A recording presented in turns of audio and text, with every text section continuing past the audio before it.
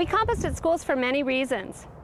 One of them, we want to take materials like this, garden wastes, food wastes, manure if we have it, and turn it into a nutrient-rich material, compost, that we can add to our beds. Composting is also a great opportunity for teaching kids about decomposition. This is a rich ecological process that involves microorganisms interacting at many levels. Here we are at our aerobic composting system. We've used recycled materials to create the stalls here. What you need in order to create a good compost pile is low nutrient material like our garden waste and high nutrient material like coffee grounds or manures. We're going to mix these together in appropriate combinations along with water and oxygen so that we create a habitat for the microorganisms. Once those microorganisms are there, they'll decompose this material very quickly and turn it into compost. What we do here is we'll take this material, this is garden waste. We consider it low nutrient, but it's high in carbon, and we'll chop it up. Once we have this chopped garden waste carbon material, we'll take it and put it into our active composting stall here. This provides an important layer of high carbon materials.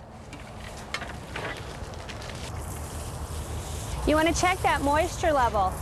Look at your material. Does it feel moist? Compost should feel like a wet sponge, but not one that you can wring water out of.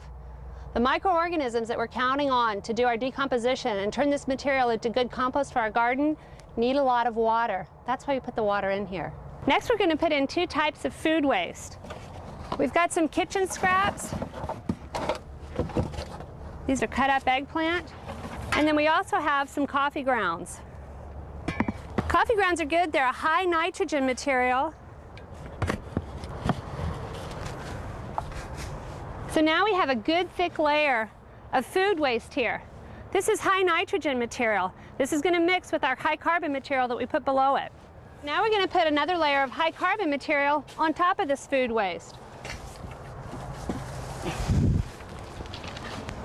Now we've covered that food waste back up again with our chopped garden material. We wouldn't want to leave that food waste exposed because that's what attracts flies. We want to water again to make sure that we're keeping all this material good and wet.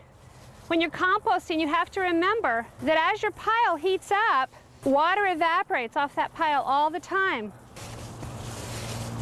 After a few days, if you've done this well, the microorganisms will start to metabolize. Their body metabolism creates heat. This heat is good for your compost pile. This is what's doing a lot of the breaking down of these materials that you've put in it. The other things about the heat also kills weed seeds, can kill plant pathogens. So when you get your temperatures above 135 degrees, you know you're doing well because you're killing those pathogens and weed seeds. We use a compost thermometer here, but you can also get a soil thermometer from your nursery or garden center.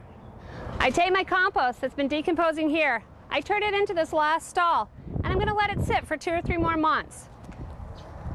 This is on the way to being done. When this is finished, it'll be a living material, full of microorganisms, full of nutrients, full of the ability to break up soils that are thick or don't hold enough water or air. We'll put this into our garden beds to make them a great place to grow healthy plants. Here's an example of a compost bin that's made out of reused materials. These pallets can be accessed on websites like CalMax or other resource sharing sites, and it's quite easy to make. This is the BioStack, and it actually has a neat feature to it. When you're ready to flip it, supposing this was full, you would just lift this to the side and move the material and flip it in here, and then stack the next one and move the next stack of material over, and then eventually the last piece would come up, and it would be an easy way to move your bin over to flip. Here's a bin you don't have to flip, you just spin. It's the tumbler. And here's a plastic fiber bin that just holds your materials all in one place.